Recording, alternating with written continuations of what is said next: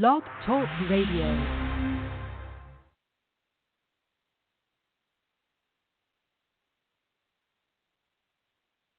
From the people that brought you the roller coaster making game and who brought you the FEMA coloring books, it's the FEMA Camp Tycoon.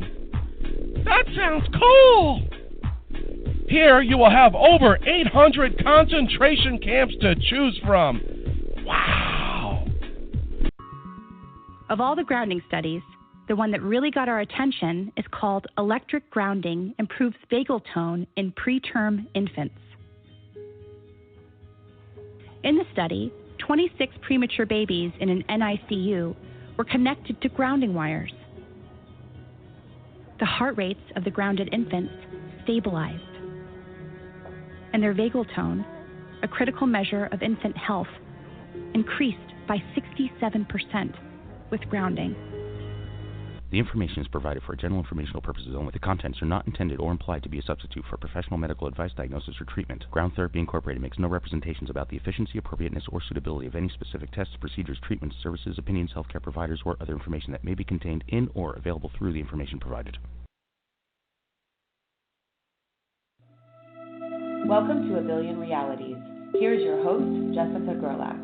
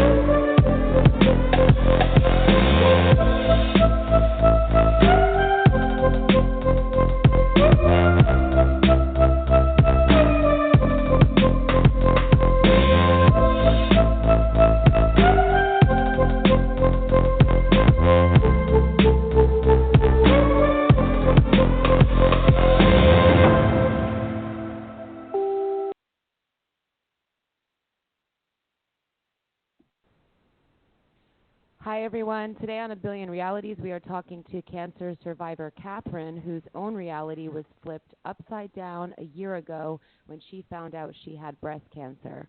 Over the course of the past year, she's had to deal with the emotional trauma that obviously comes with a cancer diagnosis, as well as having to break that heavy and heartbreaking news to her two young girls and pulling herself through multiple surgeries to remove her cancer and for reconstruction purposes.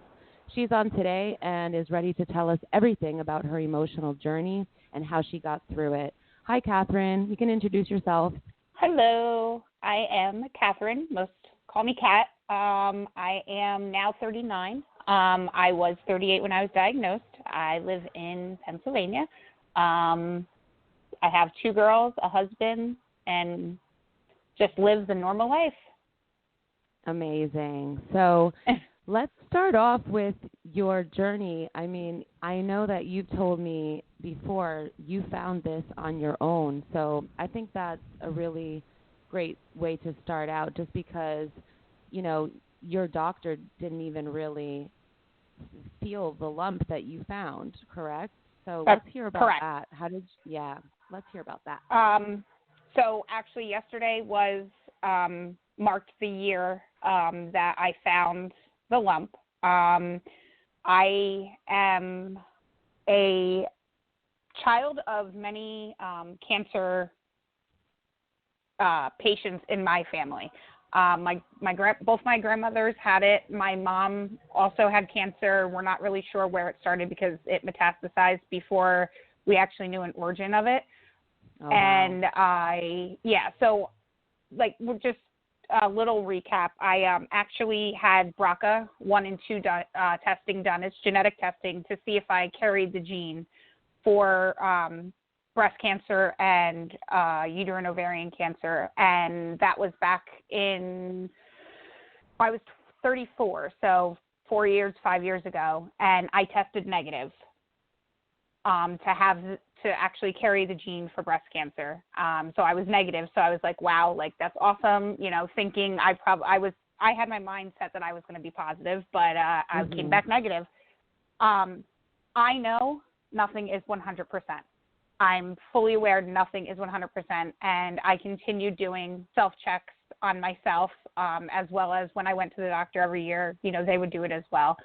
Last year, St. Patrick's Day, I was in the shower, doing the normal routine, washing, and when I went over my right breast underneath, on the bottom side, my hand jumped, and I was like, well, that's weird. And so I kind of felt, and I was like, oh, interesting. So after I got out of the shower, I was like, I'm not going to freak out. So I went into my room and I looked at myself in the mirror, lifted my arm up because I know what to look for, like signs of breast cancer, lifted my arm up over my head and noticed the dimpling where the lump was. And right then and there, I just knew.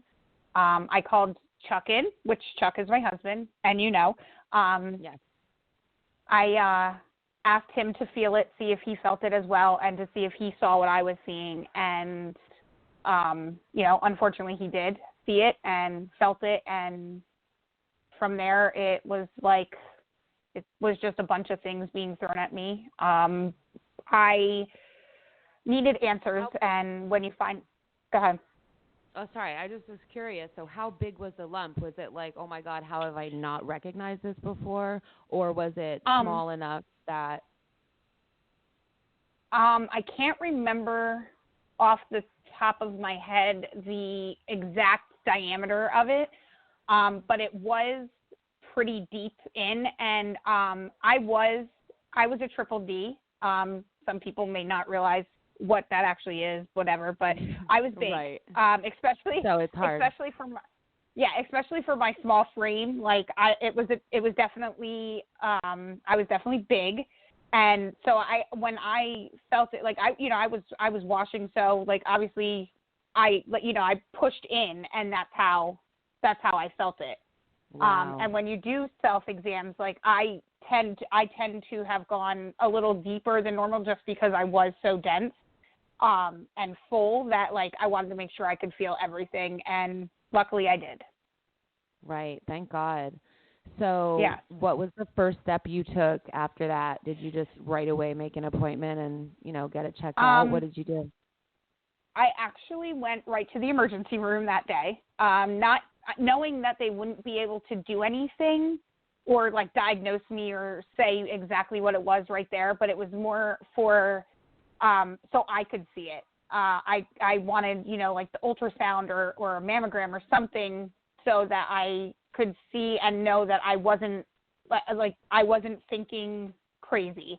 They did an ultrasound, they saw it, I saw it, and they at that time said, the doctor had said he thinks it looks like fat necrosis. And I think he was leaning more toward that because of my age. And he referred me to a general surgeon to have a look at it. And, that day I went on business as normal. I wasn't going to. I would have rather have just laid in my bed and cried. But my one friend and I had plans to go out for St. Patrick's Day. We have a couple local breweries around here, and we were going to go to one of them. And she wouldn't let me. She wouldn't let me lay in bed. She was like, "We're going. Let's do this. We're going to take this one day at a time." And I did. And I'm, that's one of the things. I mean, I wore my sunglasses inside the brewery, and when we went outside, because off and on the tears flowed. But so anyway, so I, they referred me to a regular general surgeon, and after speaking to a few of my coworkers that had gone through it as well, and just kind of thinking about it, and I'm like, you know what, I'm not going to go to a general surgeon. I want to go to a breast surgeon. I want somebody that's their study, that's what they do is breast, and that's it. I want somebody that's just general on the breast, and that's what I did. I went to a general surgeon. Was there a reason for that? Did you hear of people who didn't use a breast surgeon and they had a bad experience, or was that just an instinctive call on your part? It was more of an instinctive call for me, because I figured if I went to a general surgeon, it was almost like I felt like I was going to skip a step and get more answers quickly, because I felt like if I went to a general surgeon, they would, if it was something that needed to be looked at by a breast surgeon, then they would refer me to a breast surgeon. And then, and I just wanted to kind of cut some corners and just get right down to it. I wanted the answers, and I wanted to know what I was actually going to be facing. Yeah, that totally makes sense, and I think some people probably are just overwhelmed or panicked at the beginning, and they might not make the best judgment calls. So I think it's amazing that you were able to do that even under the circumstances. So yeah, I just needed the answers, just needed them. Yep, I can totally understand that. So at what point did you decide to tell your daughters? I'm sure that was really hard news to break. And how did you do it, and when did you do it? It's probably the most sensitive part of the entire journey that it brings me to tears, but I actually spoke with a friend before I came on here, and he was thinking I was going to, so I'm going to try to hold them back. But I waited until I got diagnosed, which was 2 weeks later. I got diagnosed on April Fool's Day. And my sister, my oldest sister, who everybody I'm talking about, you're going to know. Yeah. So my oldest sister, Tian, had the girls for me because we weren't sure how long we were going to be or what was going to happen. So we went, we had them stay with her, and I got the diagnosis, and I was on my way home, or on my way to her house. Excuse me. Chuck and I were talking about it in the car of when we think it would be a good time to tell them. And I said, I would rather them know from us and find out from us before they find out from anybody else. I want to be the one to answer their questions if they had questions about it. And I work at the school that they both go to. Well, my oldest doesn't anymore, but I work in the same elementary school that they attend. So my coworkers were obviously going to know. And I didn't want them to know. I didn't want them, like I said, I didn't want them to find out outside of me telling them. I needed to tell them they were my children, and it was my start, my journey that I had to go through, and one that they were going to have. It was going to impact them big time. So yeah, I think that's a smart move. Sorry, go ahead. I was just going to say that when I got to my sister's house, I thought that would be the best time to tell them, because then I had not only Chuck there with me, but I had my sister Tian, who has been, she's my number one best friend. She's my oldest sister. She's my only older sister out of a lot of siblings, and she was there for me nonstop. And I knew that if I needed somebody, it was going to be her, and it was going to be Chuck. And I needed extra people there for my kids too, because I didn't know how they were going to react.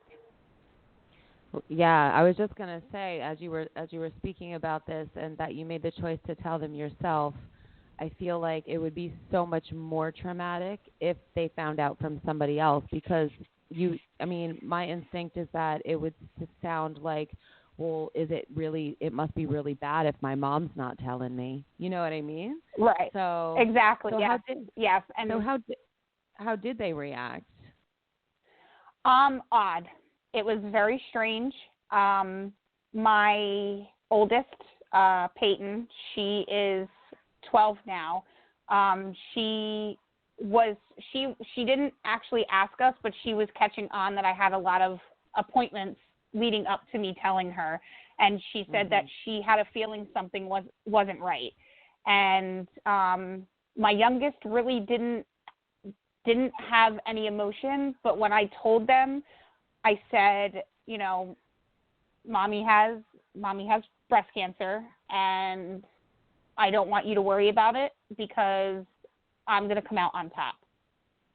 and I'm going to win.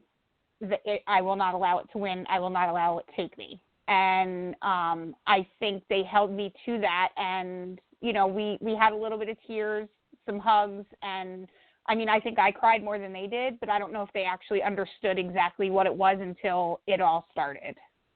I'm sure they didn't. Yeah, that's usually the case, right? And plus the shock Right. of it, like, you know, at first when people are in shock, they don't always actually feel the depths of the emotion. So I can just imagine that, you know, it became more real over time. So how did it progress, not only for you, of course, but when they started seeing what you were going through? You know, were they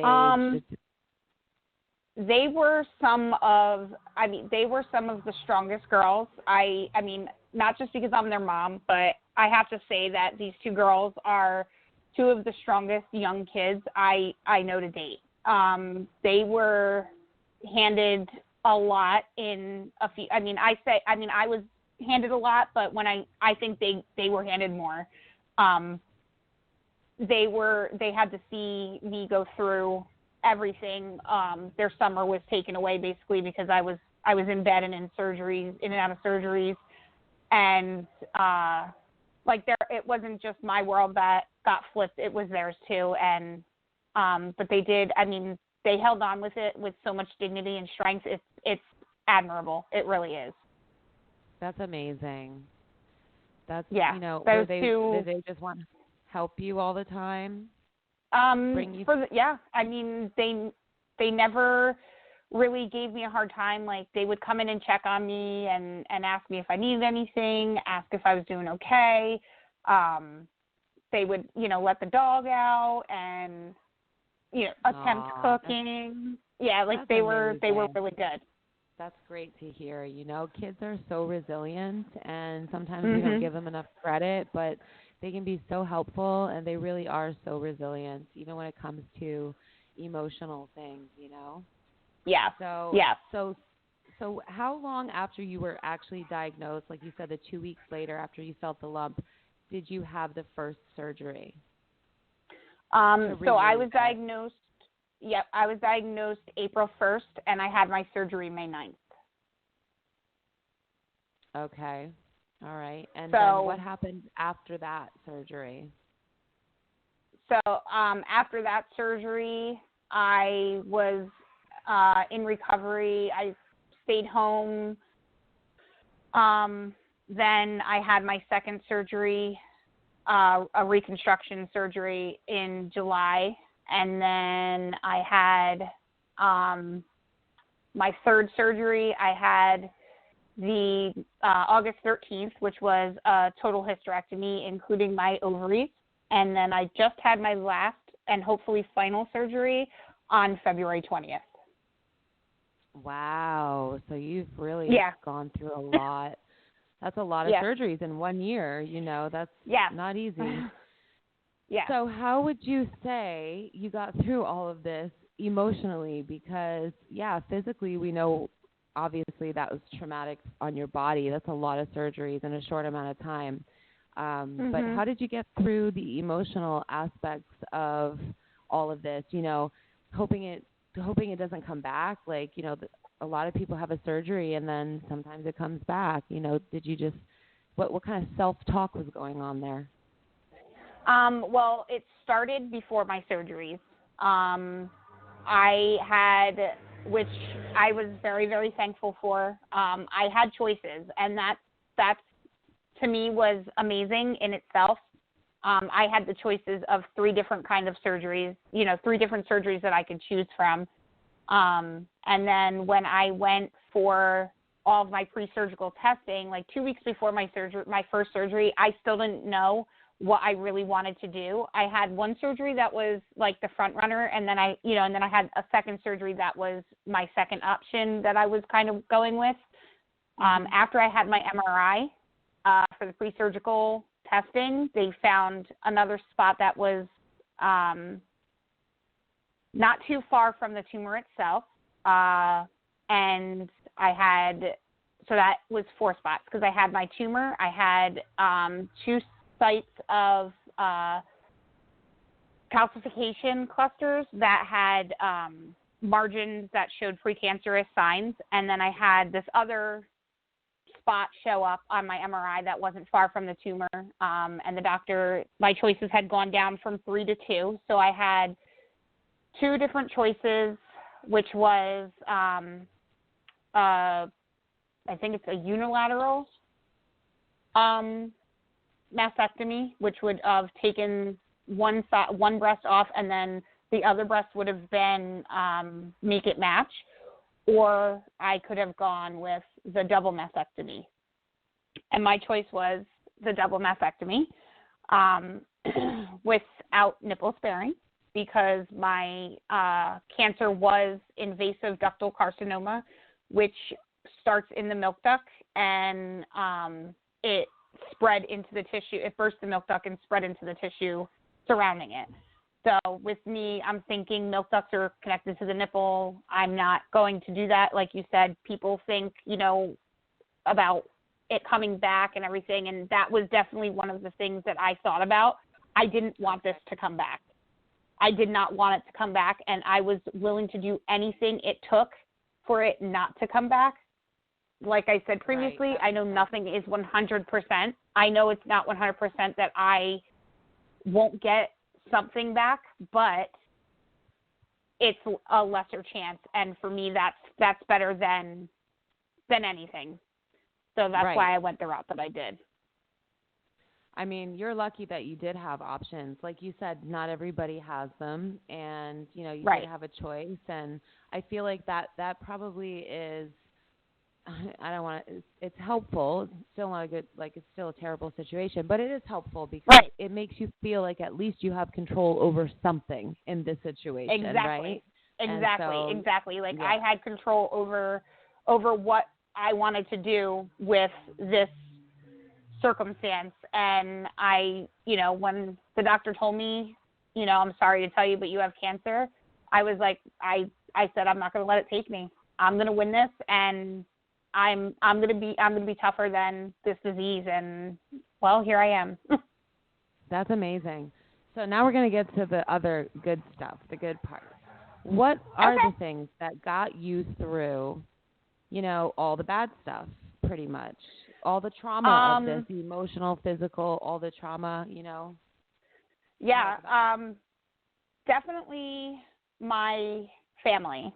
Number one, Chuck. He was amazing.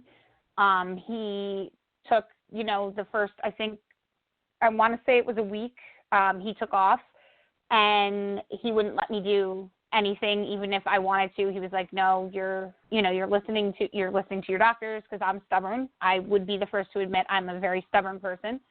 And my girls were my main focus. They truly are. They were my main focus, because, every time I would get depressed and not wanting to do anything, I'm like, is this what I want my girls to see?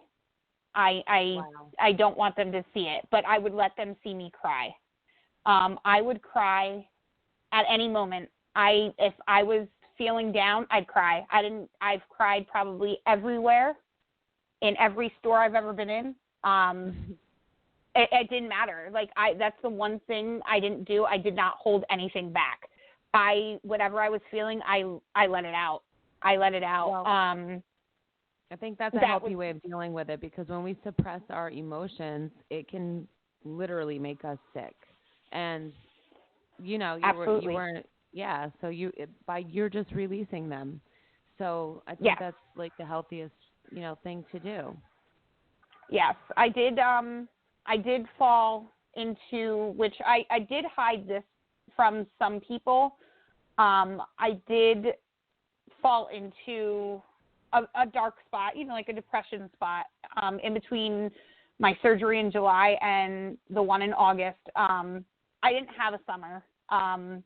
Growing up, and even to this day, we enjoy camping and going out on the boat, and I love water skiing, and I live for summer, kayaking, anything to do with water, I'm in it. And I didn't have it. I didn't have that outlet for myself, because we tried the boat and it hurt. So we stopped. So we would just keep testing it. and seeing how it went. And eventually I was fine to go on it. But, yeah, I fell into a dark little hole, I guess you want to say. And I met a few people. There's an organization around where I live, and I met them through Facebook, and we talked a lot of like video chats and stuff. When most people were asleep, they were awake, and I was wide awake, and we would just talk. They'd let me cry if I needed to cry, or I was open with them. And I'll tell you, they really helped me, especially for some people that I really didn't know at that time. For them to let me feel like it was a safe spot and I could talk to them, and and we all have nobody's perfect, and everybody has things they're going through, and we just kind of talked about it, and then we would talk about other stuff that just made us all laugh, and it was just great. And then the one day my stepmom was like, we're going shopping, and I'm like, oh, I don't know if I really feel like it. She's like, no, it's really not a choice. You're going. And she got me out. Yeah, she got me out, and she's like, meet me here at this time. Bam, and I did, and it was the best thing ever. And that's what I say to anybody who's going through a dark spot. If somebody, a family member, a friend, if somebody says, let's go do this, just go do it. Like, I don't care if you're showered or if you feel like not showering, just go and do it. Right. Because it's guaranteed to help. It's guaranteed to get you out of the house and make you feel better. I agree with that 1,000%. So it's funny too, need right? Somebody to push you. Well, yeah, and also sometimes you really don't feel like going, but you don't know that you're going to feel better once you get there, and you almost always do, because a change of energy and a change of environment and a little bit of sunshine, it really can shift your whole mood and even your perspective. You could meet new people, new opportunities, whatever, new energy. But when we're stuck at home, we can't even imagine, when we're not feeling well, to get up and get out of the house. But sometimes it takes somebody pulling you out, and then you're like, why am I not trying to do this more often? It's very common. So I can just imagine in your situation. But what I also wanted to ask you is, I know that when, heavy things happen like this to people, it's really surprising sometimes the people that are in our lives, the way that they react. Not everybody knows how to handle this type of news, or when somebody's going through something.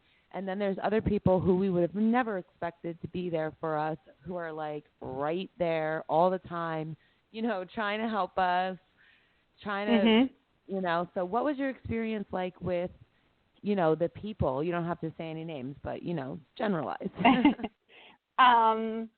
Well, it definitely brings perspective in the phrase, you find out who your friends are.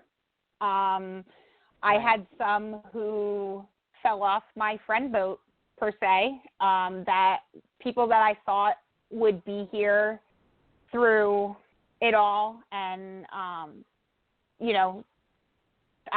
people that I thought were some of my best friends, I barely heard from.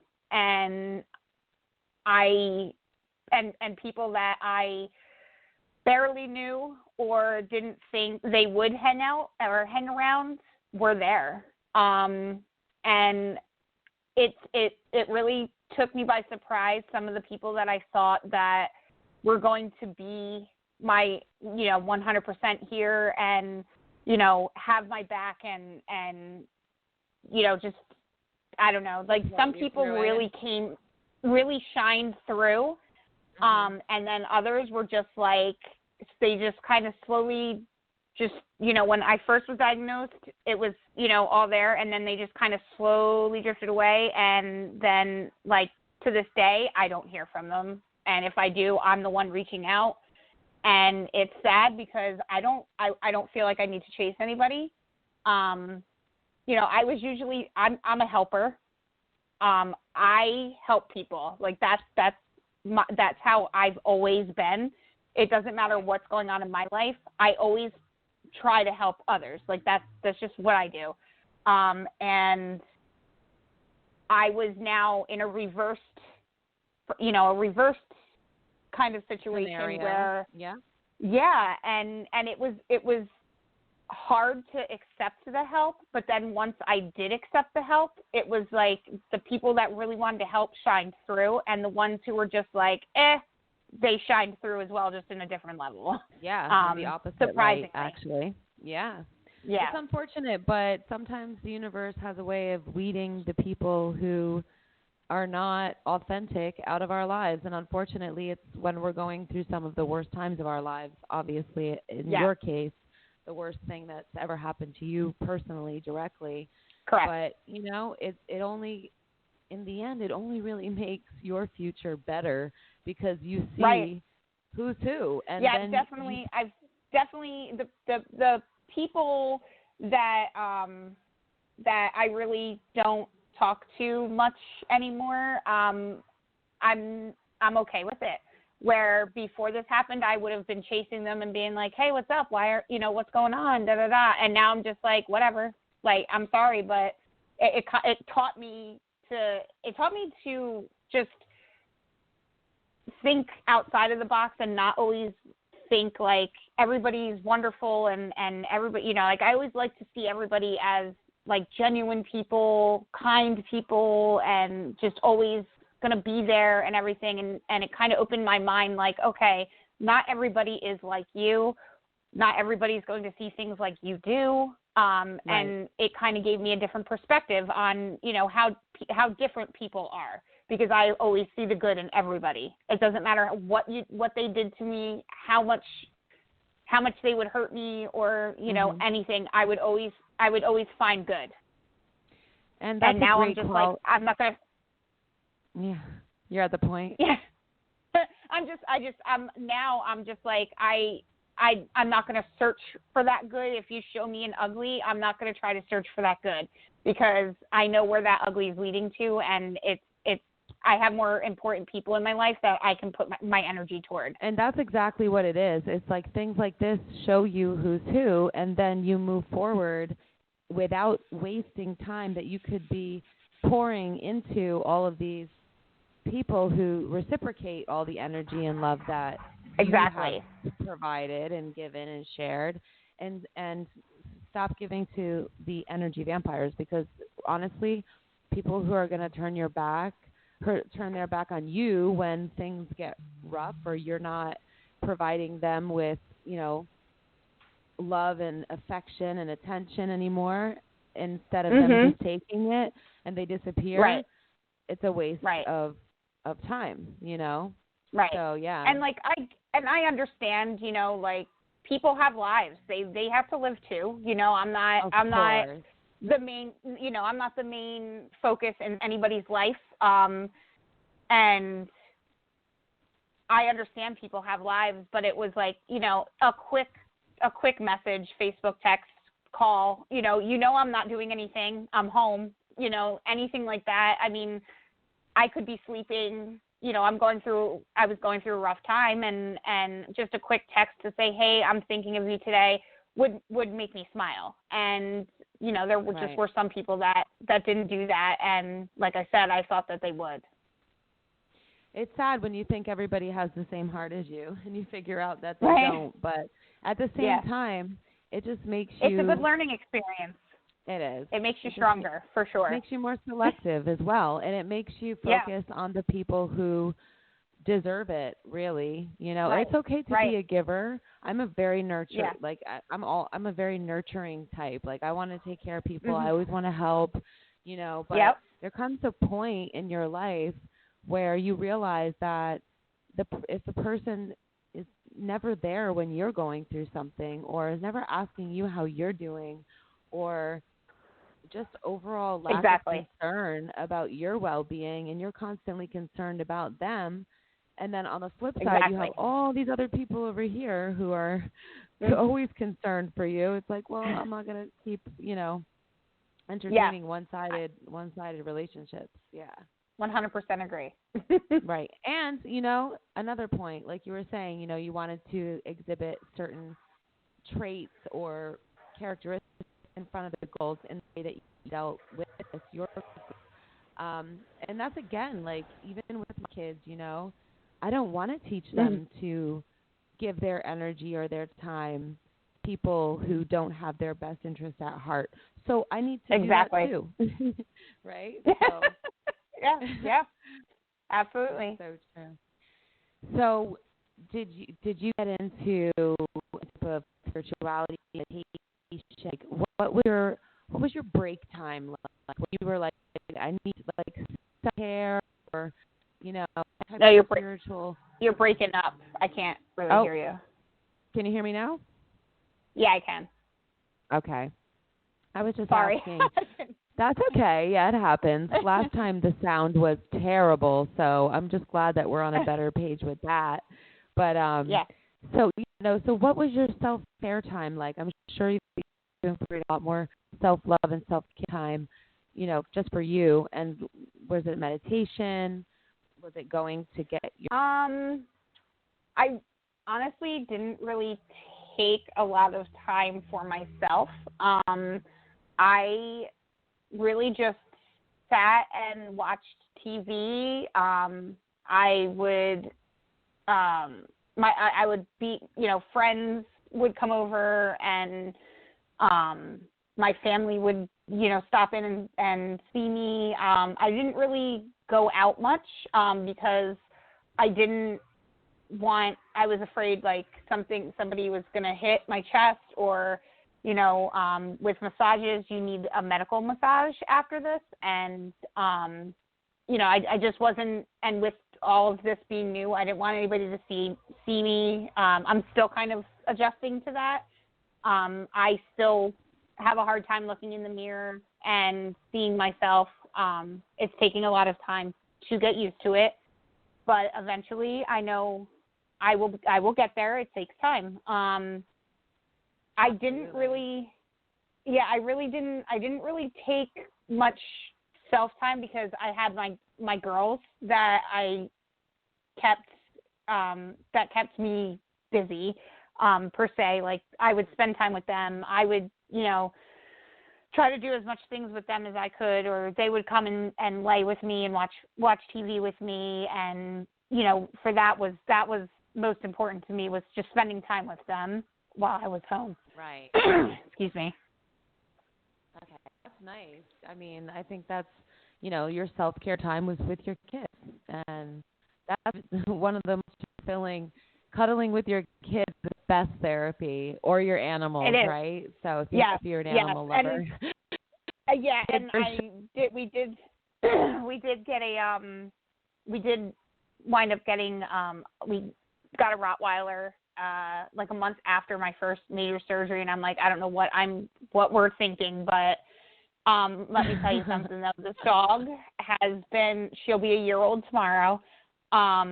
She is amazing, and she can read me like she just knows. She can read my mood. Incredible. Just for an example, like last night or early this morning, I was tossing and turning, and Chuck had already left to go to work, and she was at the bottom of the bed because she sleeps on the bed even though she's 100 pounds. And I was tossing and turning, and she moved up to where Chuck was and just kind of like snuggled next to me. And so I was like petting her, and I instantly fell asleep. Like, she knew, like, let me go snuggle my mom. She's having a hard time falling asleep. Wow. And sure enough, it's almost like holding a baby. You hold a baby and you fall asleep. Yeah. But she gives me, that's what she gives me. She's very calming to me. Even though dogs she's a puppy. Dogs are such emotional. Yeah, but dogs are such emotional creatures. I feel like my dog can literally feel my feelings, Even the tone of my voice, my dog will react to, Like, it's just amazing to me. You're cutting out again too, Jeff. Okay, I don't know why I'm doing that. How's that? That sounds better. Good? Okay. Yeah, I'm in Serbia, so to my audience, I am in Serbia. I'm quarantined in Serbia as well as under martial law at the moment. So Oh, my. 11:40, 11 p.m. here, and we're not allowed out of the house after 8 p.m. So Gotcha. It's interesting dynamic at the moment, but yeah. So hopefully my connection is strong enough for the mother to get through it. But, I love hearing how strong and determined you were from the very beginning. Do you think that has made a difference in the outcome and you being cancer free now? You were cutting out, but I think you said something about how strong I was from the beginning. Yes, I was asking you. Yes, like, do you think that your mindset and your attitude towards this, like, I'm going to beat this? I mean, I think you told me you had a motto, so I'd love to hear that again. About cancer's not going to beat you, you're going to beat it. But I have the wrong words. Yeah. But you go ahead and say no, it because we that's, need to hear that. Yeah, that's basically what it is.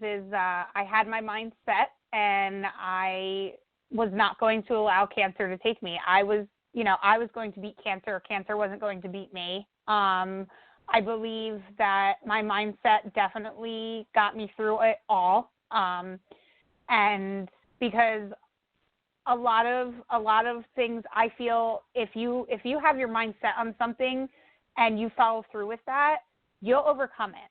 I stayed positive, and so many people have said that to me. They were like, I can't, your positivity through it all was so inspiring. And, I always had, my smile that everybody knows about, because everybody always talks about how I'm smiling all the time, but it never left my face. Regardless of what news I got. Sure, I shed the tears, but I also smiled a lot. I knew I wasn't going to let it take me, regardless of what I had to do to make that come to my reality. I knew that I was going to come out on top, and I did. They say, what do they say? A strong girl looks a challenge in the eye and gives it a wink. That's kind of how I went through it all. I was like, hey, cancer, wink, wink, I got you. I think that's amazing, because for me, the power of the mind as an NLP practitioner, and I'm certified in hypnosis. These are all things that I feel good with people. Like, for example, you were lucky because you had that mindset and you were able to maintain it. But for the people who really struggle with depression as it is, even before they're sick with anything, or, if they struggle with anxiety, these type of situations can make their minds spin out of control. So I feel like, you can't control your mind. Hypnosis or NLP is a really effective way to really dig into the subconscious, the things that you want to change. You know what I mean? So I think it's just very impressive. You were able to stick with that through all the ups and downs throughout the year, because it's not easy, and surgeries and just it definitely wasn't easy. Yeah. Right. Yeah, it definitely wasn't an easy journey, but I'm happy to be coming out on the end side of it as a cancer survivor, and I know I've inspired, as I'm told. I'm not saying this just because I can, but people have told me, how much of an inspiration it was to watch me go through it and to know my story or read my story. I think because I am young. I don't know. I know you're familiar with United States insurance and all that, but women, most insurance companies, unless you're considered high risk, you can't. If you want a mammogram before you're 40, you have to pay out of pocket for it. Insurance companies don't cover it until you're 40.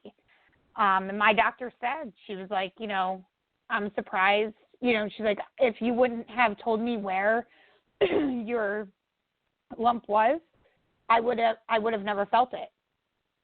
She's like, that's and she told unreal. me straight out, and she told me straight out, she's like, you just saved your own life. She said because by the time you would have been able to get a mammogram, you could have been a stage 3, 4, and it could have metastasized by then.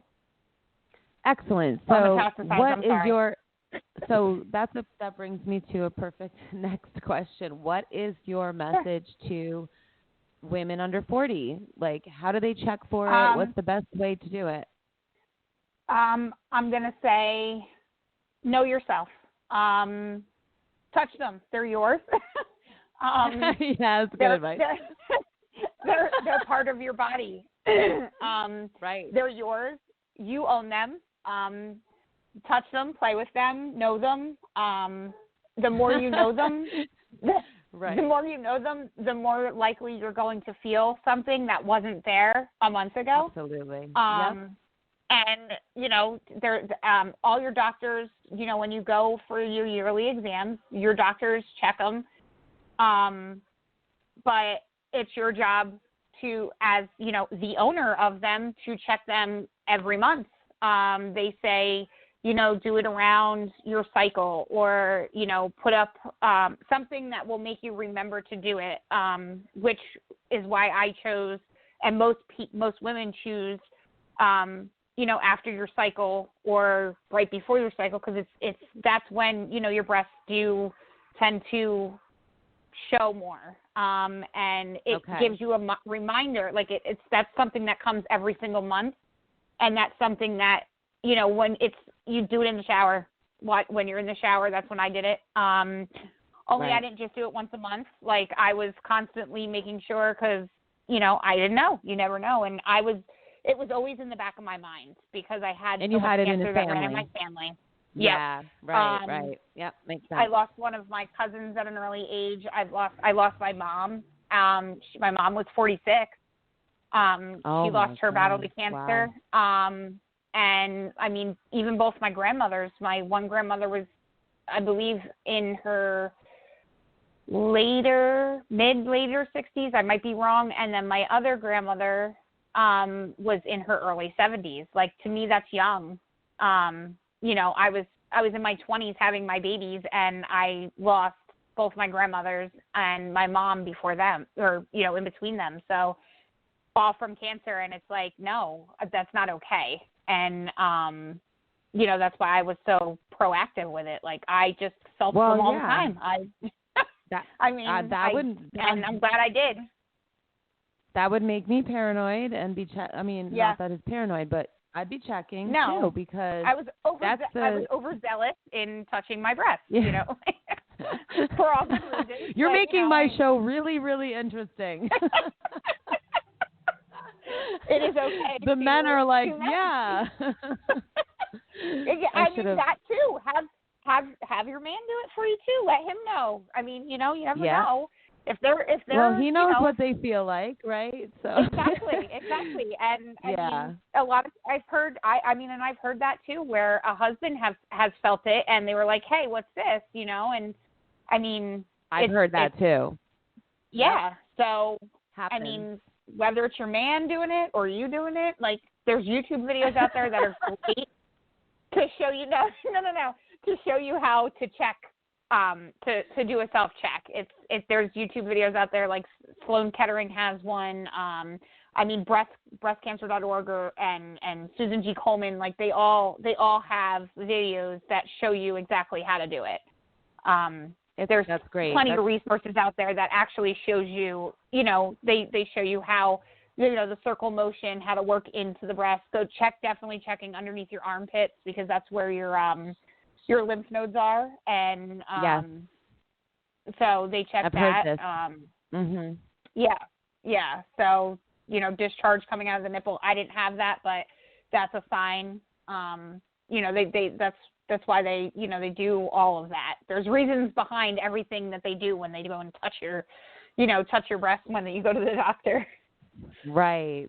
Yeah, it's good to know, and I'm glad that you're saying it, because a lot of people surprisingly don't know these details. I didn't even know everything that, you know, you're talking about now. I mean, I'm used to checking, and my mom, you know, always said, you know your body the best, and she was very educational with me about that stuff. And she's also a nurse, you know, and she was an oncologist. I was going to say your mom's a nurse. So.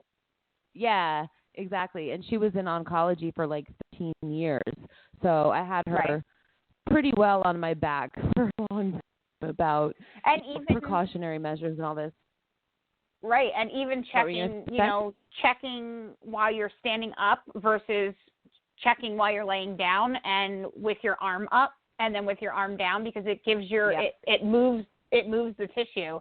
So, it's not just in one position and you're done. Like, check it while you're in the shower standing up. Check yourself like while you're laying down. Like if you're bored one night watching TV, just be like, okay, let me give my boob a little touch to see, what's going on in there.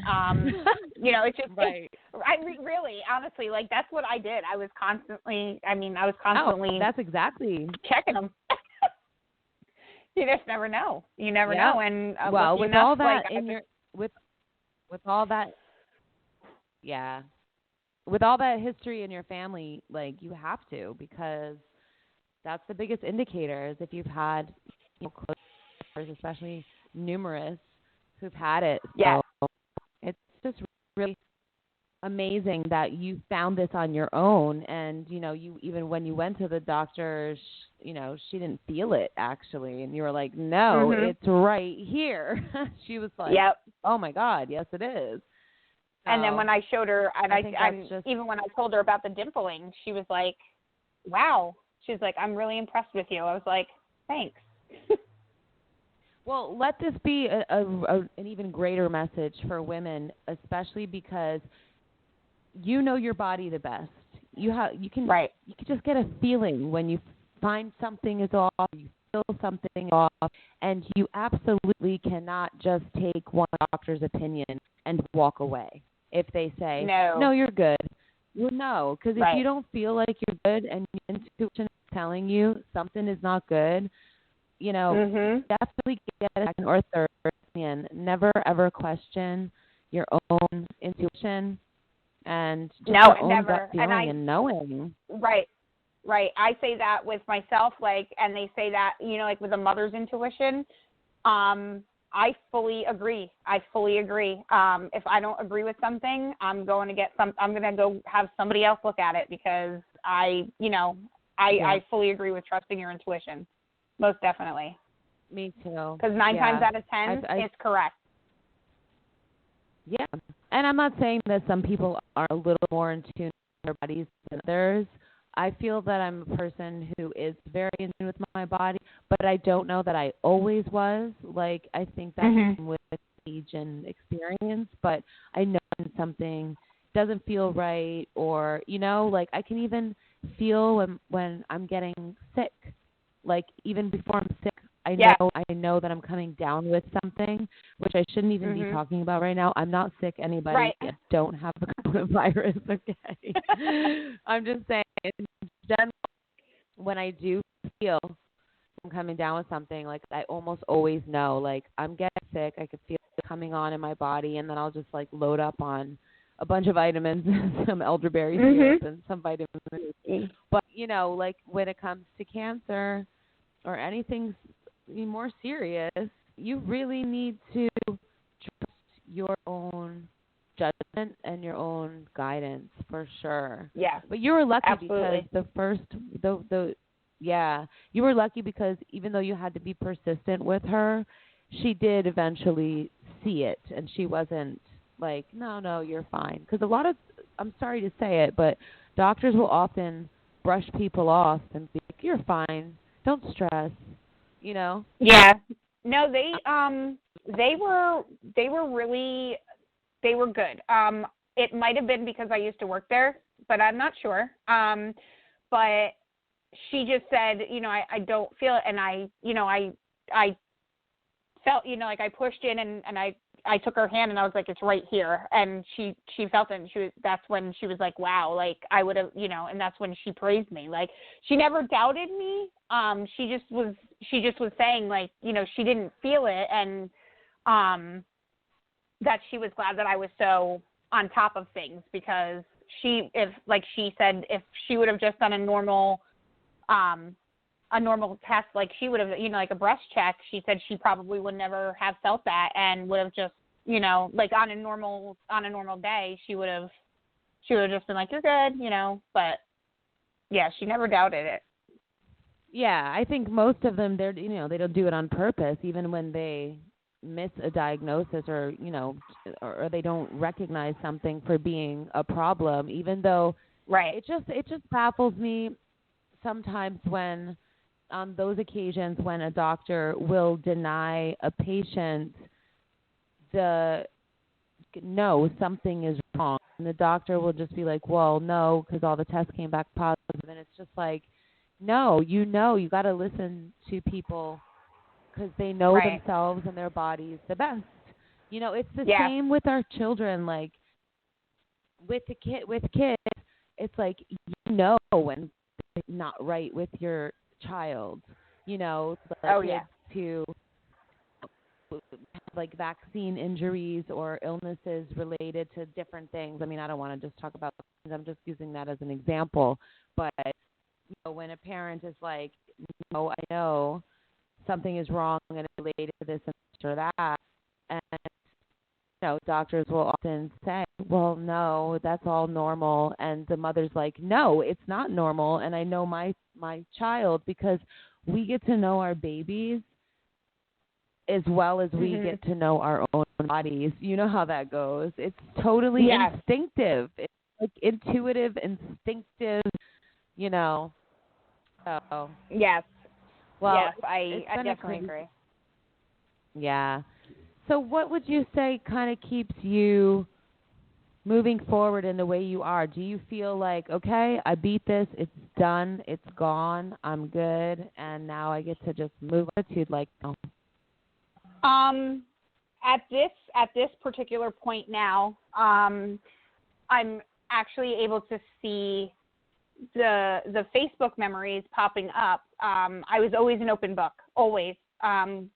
Since I found the lump and through. So now all my memories are starting to come through because, like I said, yesterday was a year that I found the lump. So I'm looking at those and actually now seeing how far I've come from a year ago, and just watching the kind of unfold, and I'm like, wow, like I can't believe, I'm kind of like, wow, I can't believe that this all was only just a year ago. Like, it seems like it was yesterday. I'm still in a phase of, it's not denial, but like still a phase of acceptance. Excuse me. Allergies. I'm still in a phase of acceptance. Right. Like I said, I didn't do nipple sparing. So it is just 2 lumps of just plain skin with scars. My scars are beautiful, and I say it like a question because I'm still accepting them. They say scars are beautiful, and they all have a story to tell, but I'm still learning. I'm still learning to look at them as beautiful and not as, wow, I have 2 really ugly scars across my chest, and basically up to, close to where my armpits are. And then I have obviously another scar right underneath my armpit because that's where my lymph nodes were taken out. But, and then also like scars next to my breasts and just underneath my armpits from where all the drains were. And I'm still, like I said, I'm still accepting myself as is. I am planning on they do amazing 3D nipple tattoos for women who have gone through breast cancer. I do plan on doing that.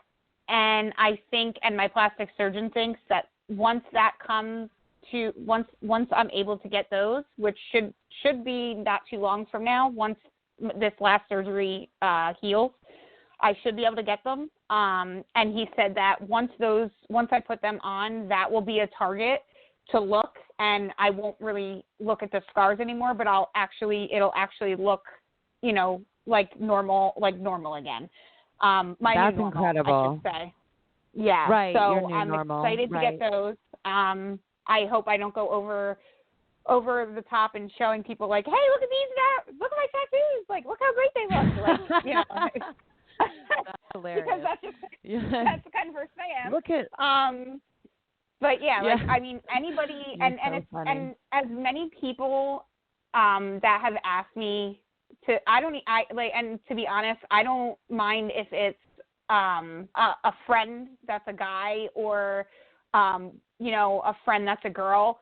A lot of people have asked to see them, and I'm like, absolutely, like here they are. Like this is what a breast cancer survivor's chest looks like when they have a double mastectomy with reconstruction. I'm not ashamed of it. I'm almost proud of it. I think that's great. Like I'm proud of it. I'm proud to show them off and be like, and here I am able to show them off because of the steps that I took. Did I have to go as drastic and aggressive as I did?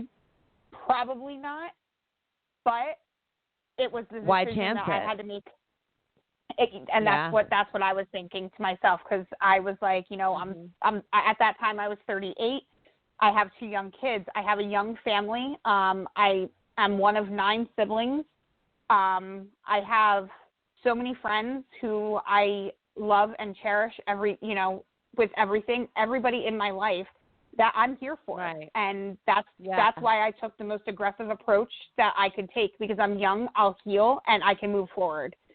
And I'm on that path to moving forward. And yes, I'll always have to select, have you ever had cancer? My no now turns to yes. And I have to say, I had it, but it doesn't define me, and I will never let it define me. I'm still Kat. I'm still me, just with a smaller chest.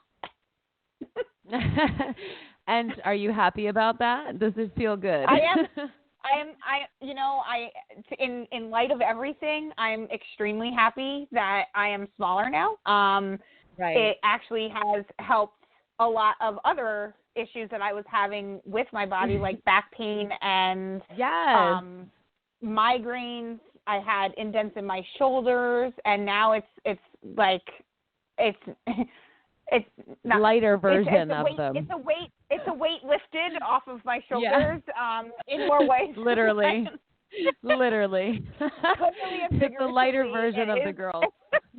Because I can barely feel them. They're very light. And that's great. Yeah, so it's like I said, it literally and figuratively speaking, it is a weight lifted off of my shoulders. I'm definitely in a better shape than I was before that, because I can just do a lot more. But I'm on the up and up, and my last surgery was just shy of a month ago, and I was back to work. Now we're shut down, but I was back to work. And I'm, back to what I can do, because we, in the state of Pennsylvania, we are supposed to be social distancing and all that as well. And now my children are doing remote schooling, which is another job on its own.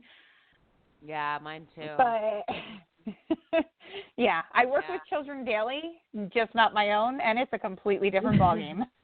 Of course it is. Of course it's very different.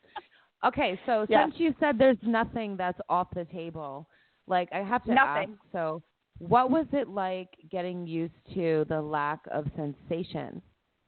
Obviously, like losing. Okay. So I have no sensation whatsoever. Right. Because all of my breast tissue was removed. I cannot feel my chest. If I'm not looking and someone puts their finger on my chest, I won't be able to feel it. I won't know that they're even doing it. And so it hasn't really, I'm more cautious with it, because I don't if I get hit or anything like that, if I don't see it happening, I won't know. So I'm a little more cautious on that aspect. But to me, it really didn't make that much it really wasn't that much of a big deal to me. It always stems back to, I'm here. I'd rather be here than having that sensation or feeling in my breast. It's more important to me than, a little nipple stimulation or whatever. Like I would just rather be here. And the weird thing, there is a weird thing, and it is phantom sensations. It's just like if anybody were to lose a limb or, you know, I know I've heard people who've had an appendix surgery where they will still feel the pain during appendicitis or, you know, like, but it's not there, but they still will feel it every once in a while. I have psychological.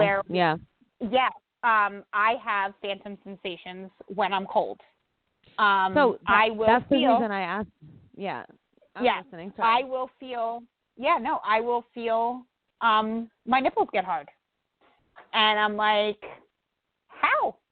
Like they're not there. Nothing there. And the first time it happened was like 6 weeks after my first surgery, and I was laying in the bed, and it was a cool summer night, and we had the windows open, and I was laying in bed, and it happened, and I like quick looked down, you know, like I was like, what is going on? Like, this is weird.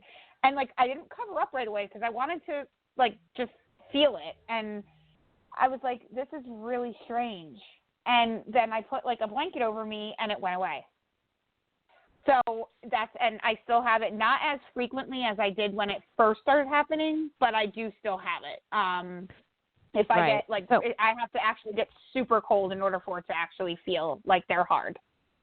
Yeah, I bet, because you're so used to feeling that, and it triggers a part of your brain, right? So this is, I think it's the amygdala, actually. It's a gland in the brain that it's, you know, the neurotransmitters hit that part. So when you get cold, you're so used to feeling that all those years, your whole life or whatever, you know, your whole adult life.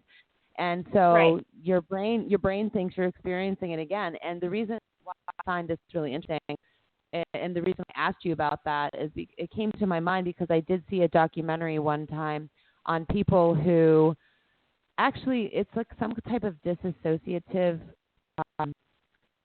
disease where they psychologically feel like one of their limbs does not belong to them.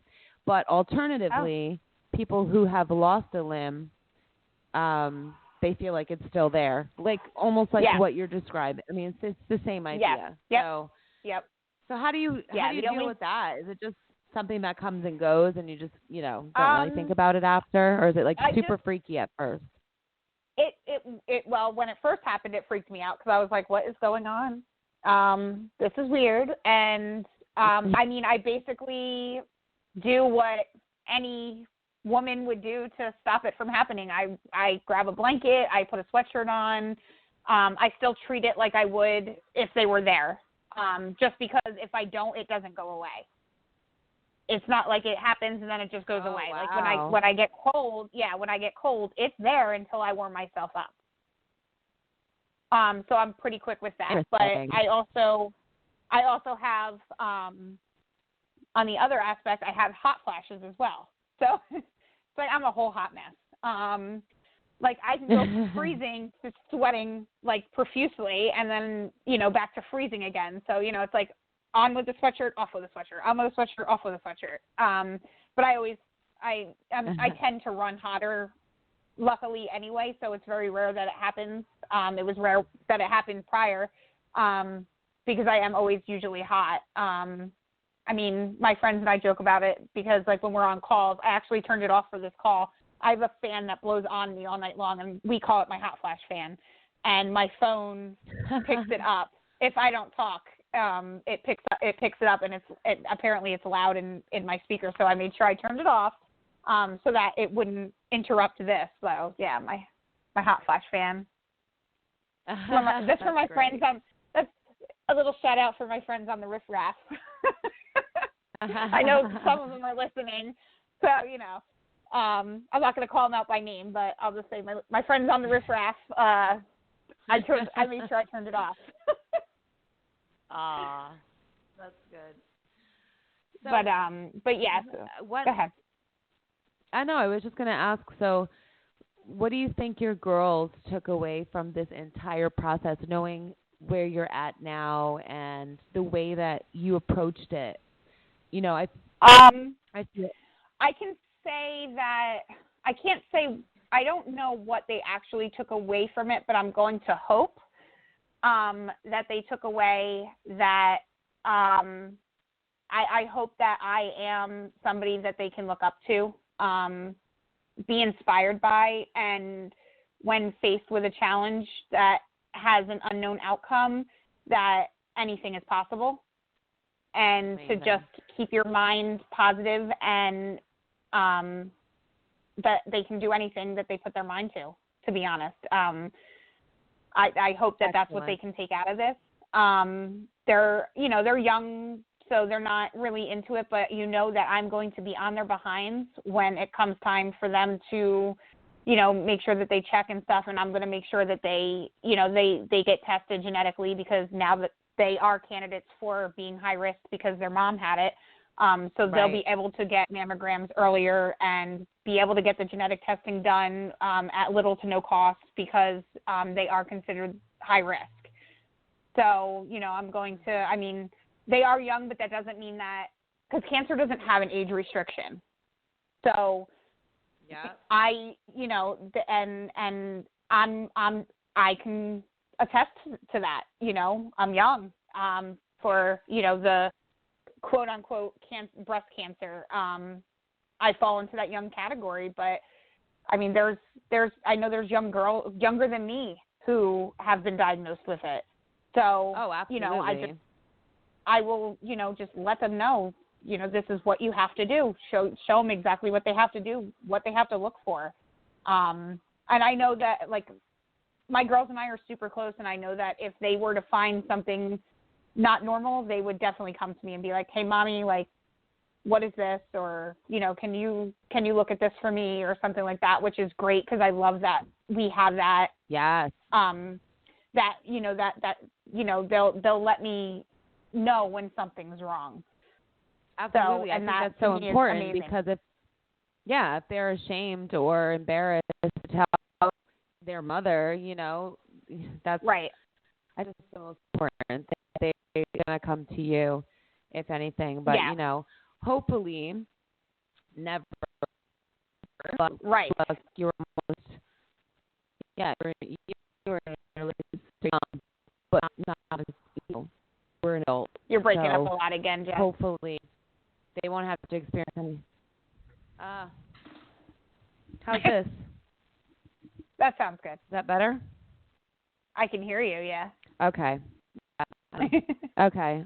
My connection is just, I don't know why it's doing that, but hopefully I'll get all that figured out. Well, wherever you are now, stay right there. Okay. Okay. So I can stay here. I have it's like a, professional microphone, but I had it resting on something so I could just talk into it. But it seems like when I'm holding it up, it's better. So that's me how to do it from now on. But anyway, to my audience, this is only my second show, so thanks for being patient with me. Absolutely. It's a learning curve.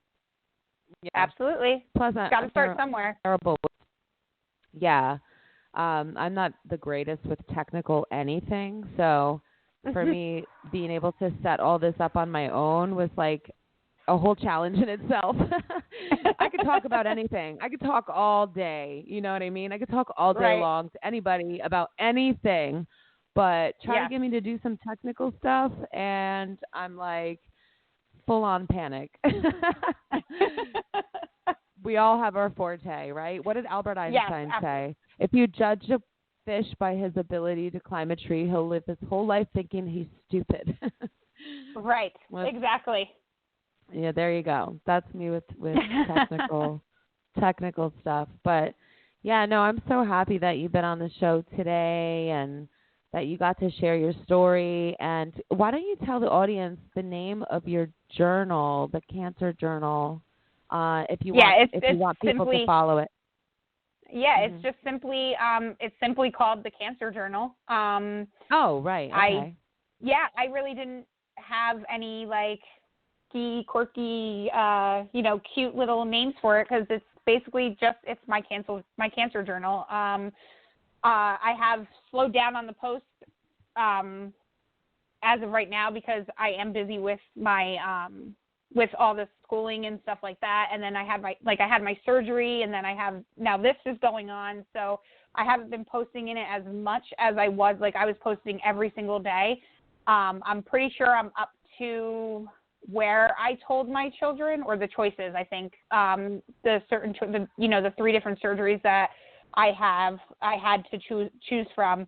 I think I'm at that point right now, but I do plan on, continuing with it within these next few weeks that I'm off of school.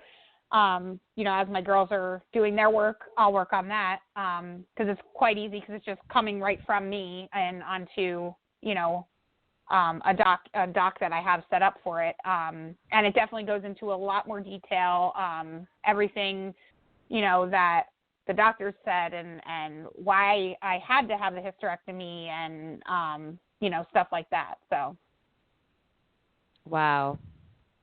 Yeah. Well, I think the hysterectomy was a surprise to me. Yeah. Wow. I can't believe how much you went through in just 1 year.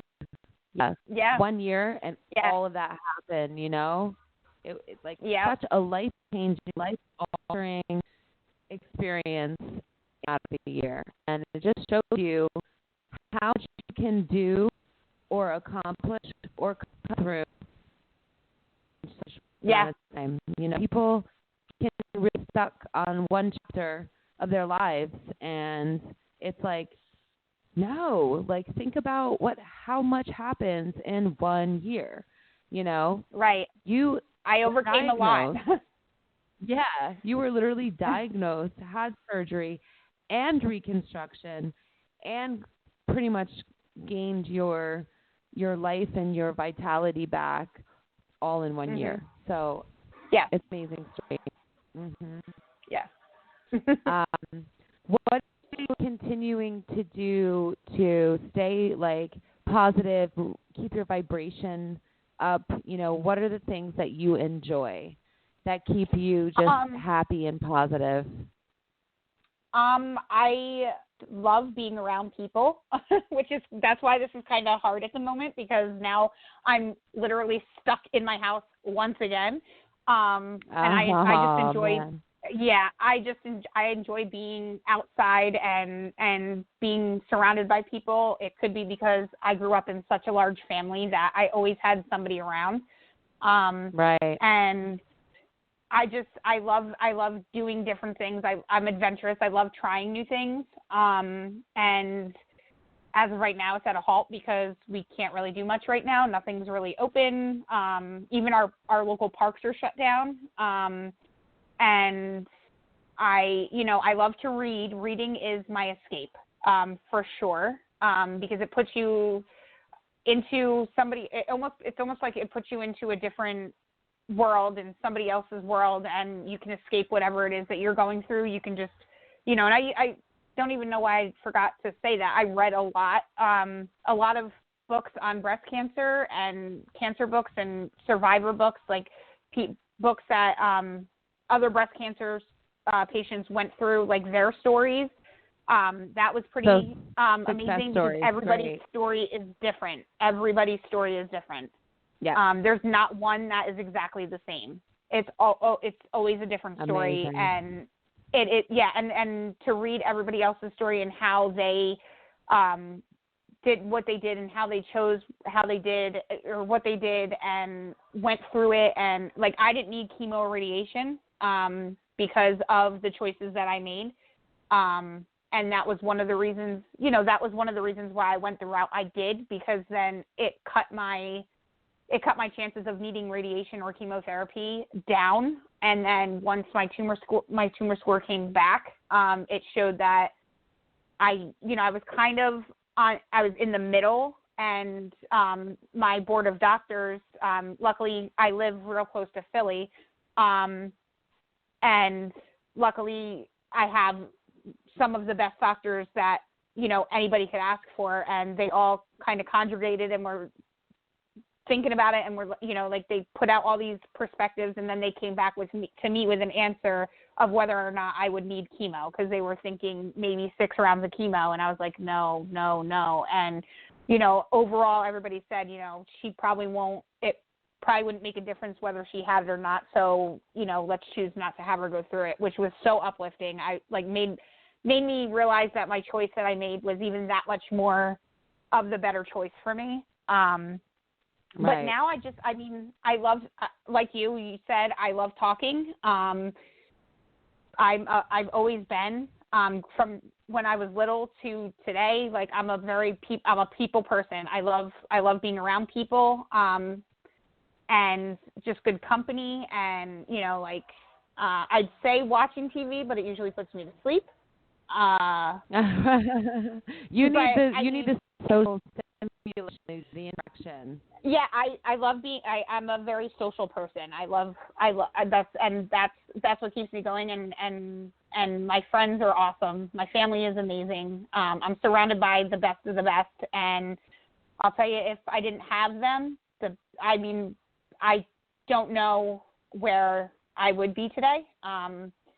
They always stood behind me 110%, and they still to this day stand behind me 110%. And and I just keep moving forward. It's my past, but like I said before, I'm not going to let it define me, and I'm just going to go back to me.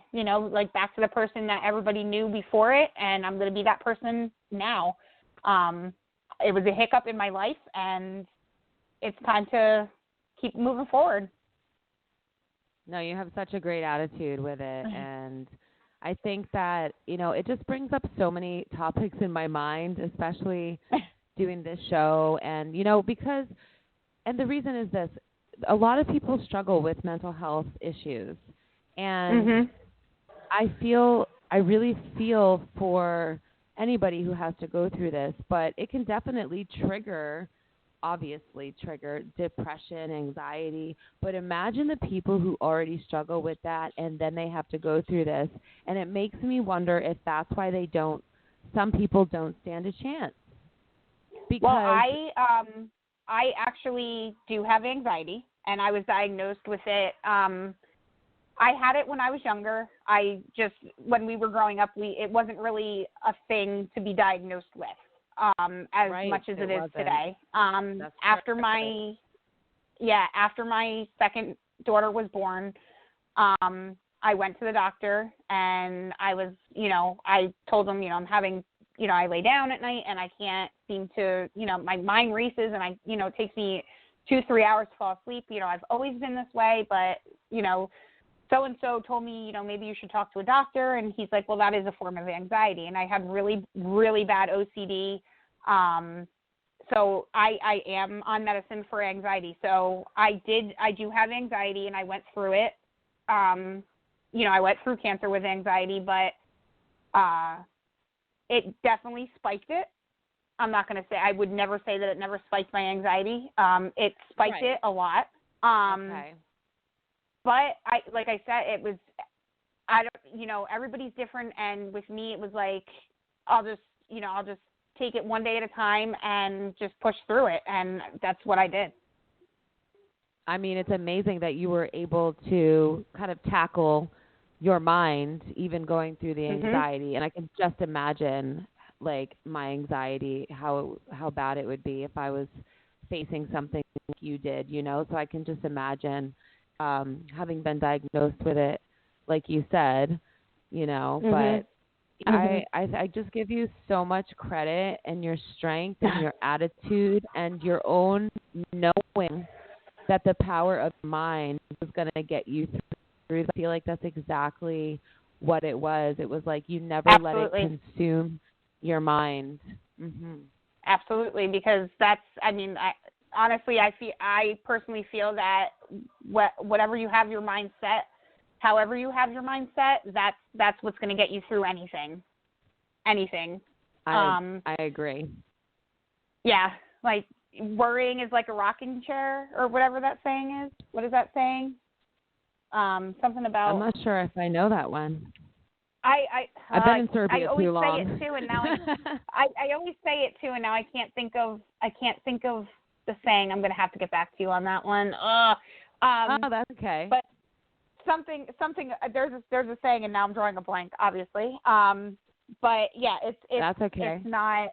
It's I couldn't worry myself sick, and I took the bull by the horns, and I just charged away, and here I am. Amazing. I'm so proud of you, and obviously can't imagine what you've gone through. Nobody can unless they've gone through. That's why I really wanted you to be on the show, because you did go through it, and you can inspire the people who are going through it or might go through it in the future. So thank you so much for being on and sharing so openly without any type of holding back. I'm sure the audience enjoyed some. I actually had people messaging me. Of course, the male audience who are messaging me saying, "Well, this is interesting." No. Well, hey, it is what it is. I mean, it's life, and it's a part of it. It's a part of life. Thank you for having me. I appreciate it. And hey, You're if welcome. you ever want a part 2, I'm open. Yes. Of course I will. And, it'll be great to check back in with you in a few months or whatever it's going to be, just to see where you're at, how you're doing. And I love to, bring people back around, whether, for this. Yeah. So I'm happy that we had you on. I hope the audience was able to take. Yeah. And I was just going to say that if there is somebody out there who's listening and wants to ask me questions or ask Jeff questions to ask me, I'm happy to answer anything. I'm here to help anybody. And that's most of the reason why I would love, I love getting my story out there, because I want people to know you're not alone. You're never alone, and there's always going to be, even if you have one person with you, it would mean the world to anybody. So, and if I can be that person for somebody, it would fill my heart tremendously. And I just want whoever it is that's listening, just know you're not alone, and there's always somebody going to be there. And if you need someone, I'm here. Oh, that's really neat. And you know what? I think that's going to mean a lot to somebody who's going through this. And not everybody does have a family close by, or, close friends, or, to help them through this. So I think that's so important. The support group really means everything when you're going through stuff. Because absolutely. I know at one point in my life I was going through something, and I have an amazing support group now, but I don't even realize I needed a support group at the time. But now that I have one, and it helps me with so much of my, growth, my spiritual growth, all of it. It's just I see now how impactful and important strong support group actually is. So, thanks for, sharing that, offering that to the audience. And like Catherine said, for her, feel free if you want to reach out to her directly, but she's the one with the good advice when it comes to this topic, because you pulled through. Yes, I did. Good for you. Well, thanks for being on the show, and talk soon. All right. Thank you for having me, Jess. All righty. You're welcome. Thank you. Talk soon. Absolutely. Take care, honey. You too.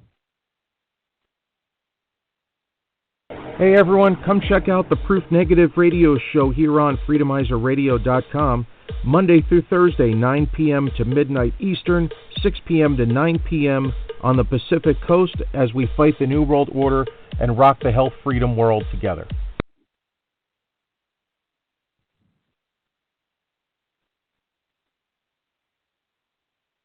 Please check out the Barefoot is Legal radio show right here on Saturdays, 1:30 p.m. to 3 p.m. Eastern Time. That is 10:30 a.m. to noon Pacific Time, as we show you all about your barefoot rights and living a barefoot lifestyle.